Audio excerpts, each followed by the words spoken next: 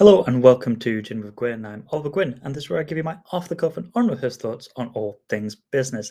This week, I'm talking about the Black Plague and how it sped up freedom for the serfs and what that can teach us today about supply and demand and negotiations.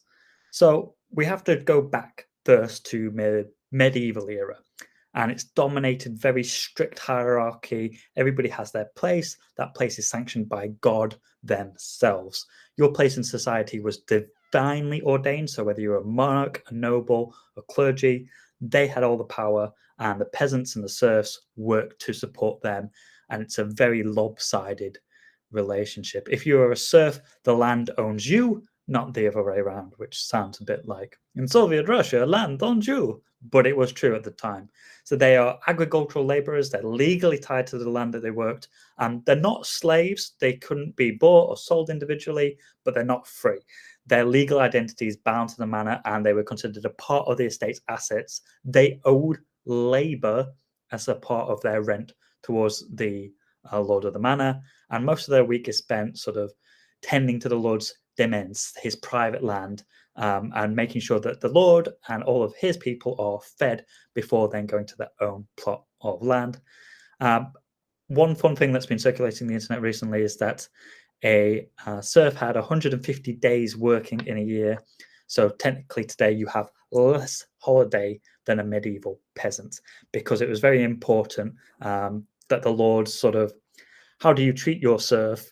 You give them a lot of rests. You try and make them as happy as possible, because then you'll get more work out of them. But basically, they are slaves with more steps. And there's a lot of rules that are built into the society term. For one, there's basically no social mobility. If you're a serf, maybe you could be called to fight in a war, and if you were to win that war and if you were to act bravely, maybe you'd be given your plot of land. Maybe over time you could buy your land yourself if you were very lucky and you saved up over a long period of time. But essentially, there's not many ways to stop being a serf. Your only other route, really, and this is only for men, was to become part of the faith. And make no mistake that the church's role at this time is sort of a full-on propaganda machine. It is reinforcing that you are a serf. This is your divine plan. God wants you to be doing this. This is what you're supposed to be doing, and you should never question your lords, which are sort of heavenly embodiments of God's plan. And if you challenge that, you are challenging God themselves. The church taught that everyone had their role: those who pray, those who fight, and those who work. And if you're a serf, those sermons are there to basically reinforce that your place is to serve your lords. And the story of Lucifer's fall, it's not just sort of theology at the time, it's a cautionary tale about knowing your place. So for serfs, failing to meet those obligations wasn't like frowned upon, or it was treated as a serious breach of the social and economic contract that they held the entire feudal system together. Those obligations are not voluntary in any way, shape, or form. They're expected, and they're embedded in custom, religion, and law. A missed Labor Day for the Lord, or withholding your portion of his harvest or their harvest, wasn't just seen as sort of, or they're too lazy, or they're having a bad time, or it's difficult economically at the moment. It's interpreted as rebellion or theft, and the severe consequences. Punishment could be minor things, might be that you have to provide a number of chickens or sheaves of wheat, and you might get fined if you're not doing that. And often those fines are higher than you can afford to give the Lord, as you are only a serf. But if you carried on disobeying, those penalties would escalate. So you could basically lose access to the land that you were given, and then you wouldn't be able to grow food that would feed your family, and you might be evicted from your home, or your animals seized, or that small plot is sort of rearranged and given to somebody more compliant. Life is not good if you are a serf, and unfortunately, things only get worse because Europe is hit by the Black Death, which wipes out 60% of the population. In England, it's 50% that wipes out. Now, I know we've all had horrible hardships in recent times with COVID, but can you imagine half of everybody in the country being wiped out by the disease? People who were recounting it at the time said that future generations would simply have no idea the hardships that they had to live through.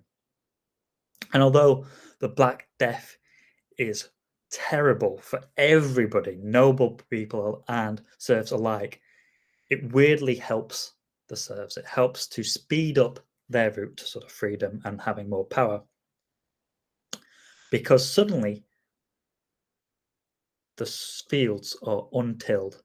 There is a bigger demand for labor than there are laborers available, and suddenly the serfs have a little bit more power. They can start charging more for their services because there are a lot less people, there is higher demand for serfs, and the tables have been turned. Now, you can imagine that at this point, this horrible plague has happened, which a lot of people thought it was to do with the anger of God. They'd invoked the wrath of God somehow. You've spent your entire life being told that your place is to serve the people above you. That's your entire existence. You're there to serve, and suddenly this black plague wipes out half of the people. And you must think to some degree that God has a plan for you, and suddenly your life is not just about serving other people before. But if you are a nobility or a lord at this point, you're thinking a lot of lords became rich overnight because suddenly all of their family was wiped out and they inherited a lot. So a lot of people are getting quite rich quite quickly overnight. And so you can afford to pay people more money. But these people who you have systematically kept stupid, systematically reinforced that they're supposed to serve you, they're not supposed to question the order, suddenly they're being a bit uppity. Suddenly they're asking for more money. And you don't really have a lot of choice because you still need food and you still need the land to be worked. But that's not to say that the Lords didn't try. So in 1349, they tried to pass this thing called the Ordinance, which would be a good name for a band. And it's a desperate attempt to rewind the clock. The goal was to freeze wages at pre-plague levels. So no more demands from peasants. Work for your former lord or face the music. Prices too were to remain fixed. So they were really hoping that this law would go back to the way things were because prices were getting really expensive, serfs were getting really expensive, wages were getting really expensive. And they thought, hey, we'll just put in some laws and everything will go back to the way it was. And it's not just about money, it's about control. They were trying to tie laborers back to the land, restrict their movements, and put the world sort of back before the plague, where labor was plentiful and obedient, and that's what they craved at the time, but reality had other plans. It wasn't widely enforced, mainly because they didn't have the manpower, I would suspect. And it wasn't in the best interest of lords because, hey, I still need food and stuff. So, yeah, I can go and get the law to try and deal with the 100 peasants, but really I need them on side, otherwise I'm going to starve. And so it didn't really make a lot of sense. And it didn't really work. And so naturally, what they decided to do was start negotiating with the serfs. No, I'm just kidding. They thought, let's make things worse. Let's tighten the screws even more. So 2 years later, the Statutes of Labourers arrived, which doubles down on the ordinance's failed promises. Stricter rules, harsher penalties. Now labourers needed identification. Wandering was a crime, which before you needed permission to leave your place. The aim was to clamp down even harder. Imagine being told where you can live, what you can earn, and who you must work for. Obviously, there's a lot of resentment from the serfs who they just want a fair lot in life. They've gone through this horrible, horrible time period in life where half of the people they know have been wiped out. And so they're not happy with this, they're not going to take it. And so immediately what they start to do is exploit loopholes and offer some resistance. So when people are desperate, they get creative. The demand for labor was just too high, the regulations were too rigid, and so workers found a ways around them. They moved to different areas where enforcement was lax. Others quietly negotiate for better deals under the table. And there's a collusion between lords and the wealthier peasants who had an interest in maintaining the status quo. And it initially worked, but it wasn't sustainable. The cracks were already starting to form. And so you have a revolt. The serfs are angry. They were frustrated after years. This entire process takes about 8 years. And so the peasantry sort of saw these laws for what they were, a naked attempt to steal their newfound agency and make them basically slaves. And it doesn't stay bottled up for long. Finally, we have the English Peasant Revolt of 1381, and it's not just sort of a spontaneous outburst, it's a culmination of years of pent up rage, unjust laws, broken promises to the serfs. And this Black Death had kind of changed everything. The elite tried to ignore it and carry on, and they tried to legislate it away. But they learned a hard lesson, which is that you can't hold back the tide. And so eventually, over many years, serfdom is abolished. They get fairer pay, they get freedom. And it's not just about money, it's about dignity as well. They get control over their own lives. And there's an economic change and social change is finally put in place. They wanted a different world, one where they weren't just beasts of burden, but one where they had their labor had value and they weren't tied to the land. And so working conditions improved. A lot of them get a lot more money. They're able to eat a lot better. Their life expectancy really improves for the lives of the slaves. They have more autonomy, more flexibility, and landlords are still, for a long period of time, desperate to get the fields work. And so they were kind of forced to agree. For tenant farmers become the norm, I see. So instead of owing your landlord responsibilities, now you are paid for that. And actually, guess what happens when you don't treat people like crap?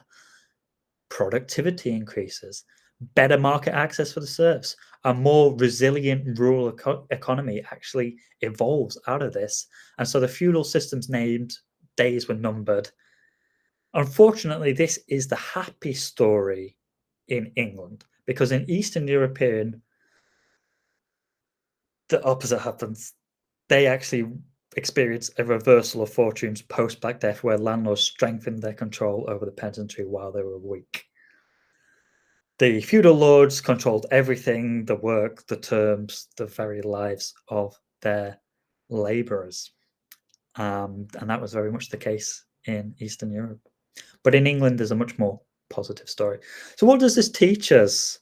I mean, we'd all like to joke sometimes that our bosses are slave drivers and all this kind of thing, and we're working to better other people. And to some degree, most of us who are employed were making other people richer.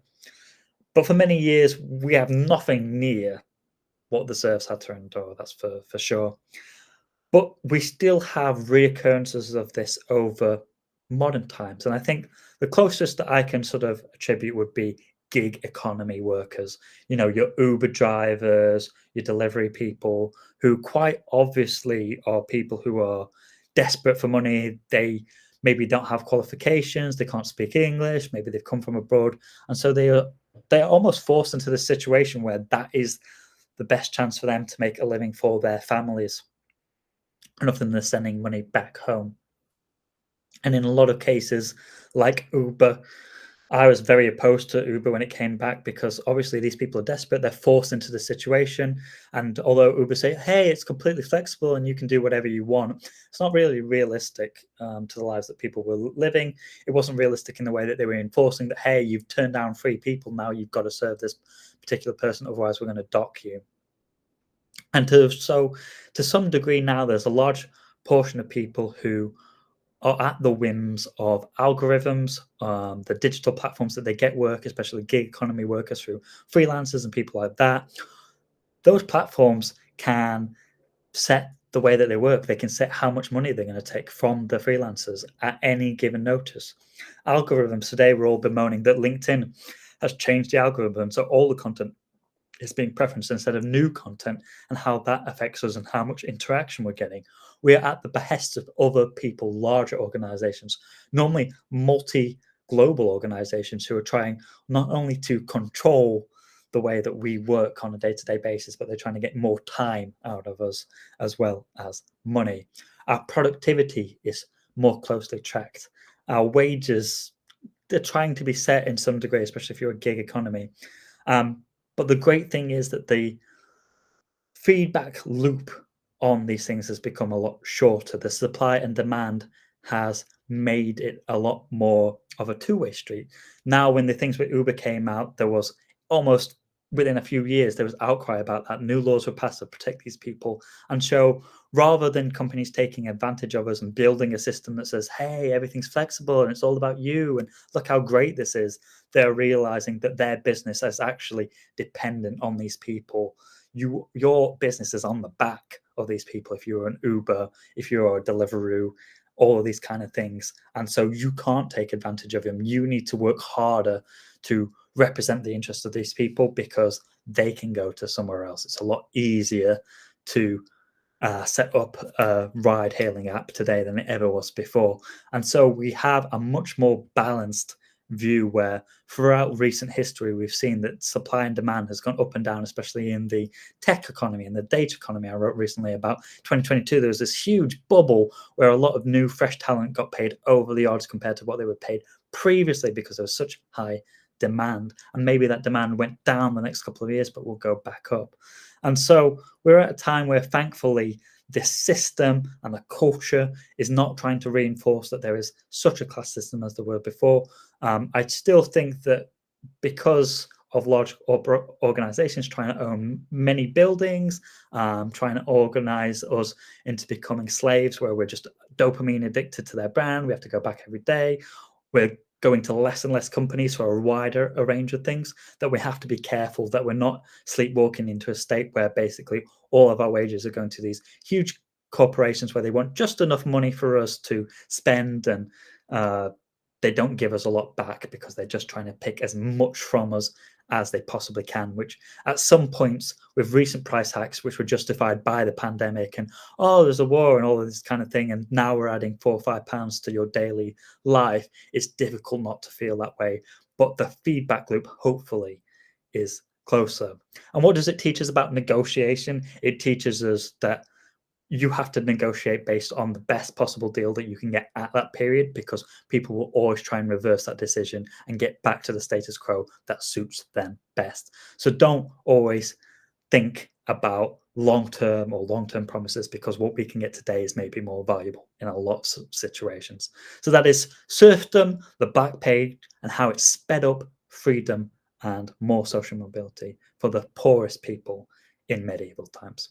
Thanks for watching. I hope you enjoyed this, and let me know what you want to talk about next week on another Gin with Gwynne.